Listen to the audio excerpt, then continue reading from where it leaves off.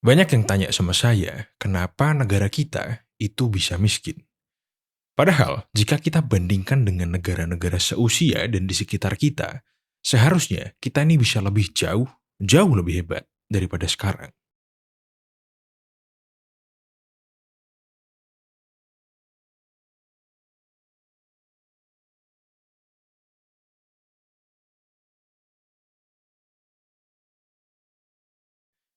Tapi, nyatanya negara kita progresnya sangat lambat. Dan menurut saya, faktornya itu ada empat. Yang pertama, pendidikan yang tidak begitu diperhatikan pemerintah. Yang kedua, polisi yang kerjaannya kurang jelas.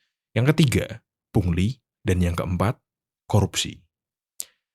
Dan kuliah kita hari ini itu akan membahas tentang kenapa negara Indonesia memiliki kultur korupsi yang sangat kuat. Banyak sekali faktor yang menyebabkan seseorang melakukan korupsi ya. Salah satunya karena the theory of hope. Theory of hope ini secara definisinya terlihat sangat positif, yaitu sebuah teori yang menjelaskan bahwa harapan itu bukan hanya sekedar perasaan, tapi juga sebuah proses berpikir aktif yang mendukung seseorang untuk mencapai tujuan hidupnya. Kalau kita dengar, itu sangat positif.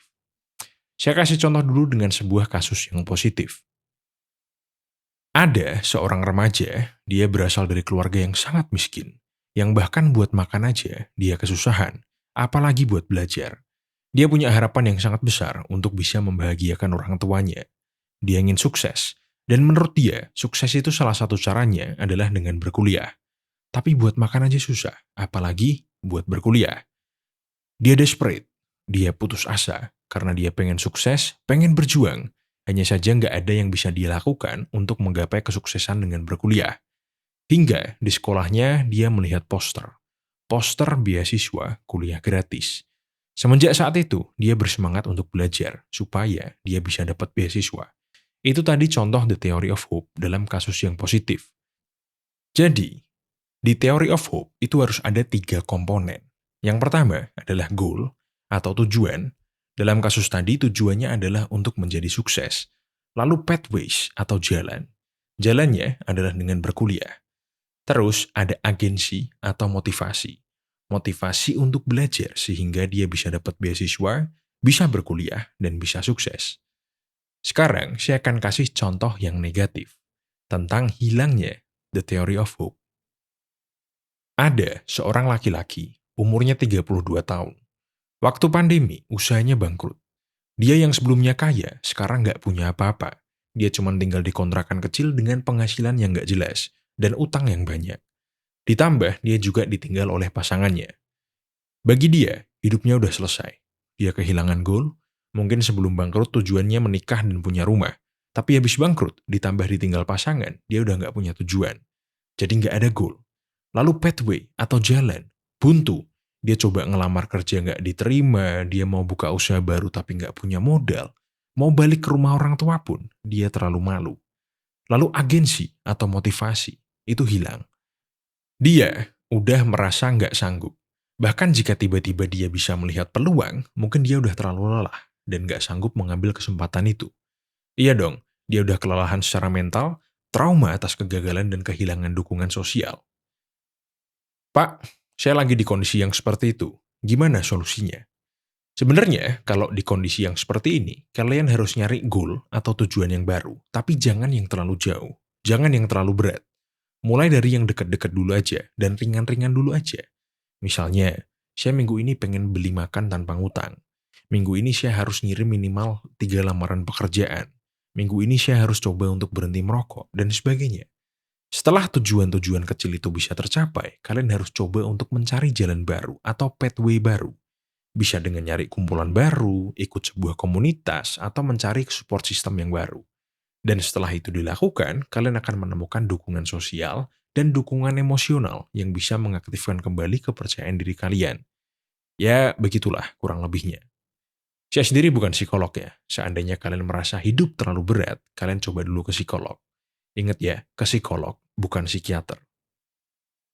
Oke, sekarang kita masuk ke korelasi antara theory of hope dengan alasan kenapa negara kita ini korup. Saya kasih sebuah contoh. Ada anak muda yang begitu nasionalis. Dia idealis, dia ingin mengabdi kepada negara. Dia ingin membantu masyarakat dan dia ingin membantu mereka yang kesusahan. Lalu, dia daftar polisi. Dia diterima, dia pendidikan, dan dia lulus. Ketika dia bekerja, setiap dia dapat laporan, dapat kasus, dia akan serius menyelesaikan kasus-kasus tersebut. Karena memang tujuannya mengabdi, dan itu sudah tugasnya. Dia nggak mengharap timbal balik dari masyarakat. Lalu, pada suatu hari, setelah dia menyelesaikan sebuah kasus, korbannya ini berterima kasih betul-betul sama polisi ini. Bahkan menawarkan uang sebagai bentuk ucapan terima kasih. Polisi ini, dia awalnya nggak mau dikasih uang, karena dia merasa bahwa negara udah ngegaji dia, dan itu memang tugasnya dia. Dia pengen nolak, tapi tiba-tiba dia teringat omongan pacarnya yang pengen nikah, tapi mereka nggak punya uang. Akhirnya, dia tergoda untuk mengambil uang ucapan terima kasih itu, karena memang dia lagi butuh uang. Meski setelah itu dia merasakan perasaan bersalah, kejadian ini terulang berkali-kali. Dan akhirnya dia menganggap peristiwa tadi itu hal yang lumrah. Dan goalnya pun berubah. Dari yang awalnya dia ingin mengabdi, menegakkan hukum dan melayani masyarakat, sekarang berubah jadi ingin mendapatkan keuntungan pribadi dari setiap kasus. Tujuan dari yang awalnya etis berubah jadi pragmatis. Pathway-nya pun juga berubah. Dia sebenarnya tahu cara menyelesaikan kasus itu gimana, tapi strategi mentalnya jadi berubah. Saya akan kerja jika dikasih ucapan terima kasih, dan saya akan memprioritaskan kasus pelapor yang berterima kasih lebih banyak. Pathway-nya udah bukan lagi keadilan, tapi berubah jadi sistem informal yang berdasarkan ucapan terima kasih. Motivasinya berubah juga, dari yang bermoral jadi tidak bermoral, dari yang semangat bekerja untuk mengabdi pada masyarakat, jadi ya mau gimana lagi, gaji kecil ya wajar dong saya menerima ucapan terima kasih. Dari yang awalnya nilai etika jadi pembenaran personal. Oke, itu tadi salah satu faktor yang menyebabkan seseorang melakukan korupsi. Karena itu cuma salah satu faktor aja, saya nggak bisa ngasih solusi yang bisa diaplikasikan untuk negara kita. Tapi setidaknya kalian sekarang udah tahu faktor kenapa seseorang yang awalnya jujur itu bisa jadi korupsi. Oke, melihat tiga kasus tadi, apa yang bisa kita simpulkan? Theory of hope itu bukan tentang kebaikan, tapi tentang arah motivasi. Jadi meski tujuan kita salah, harapan akan selalu ada. Tapi ya, tujuan yang salah akan selalu membawa kita ke tempat yang salah juga. Jadi, susun kembali dan evaluasi tujuan kalian sebelum melangkah. Supaya 10 tahun lagi, 20 tahun lagi, kalian tidak akan kehilangan karakter kalian. Dan mungkin juga tidak akan kehilangan idealis kalian. Oke, sekian dari kuliah kita hari ini. Jangan lupa like, share, dan subscribe.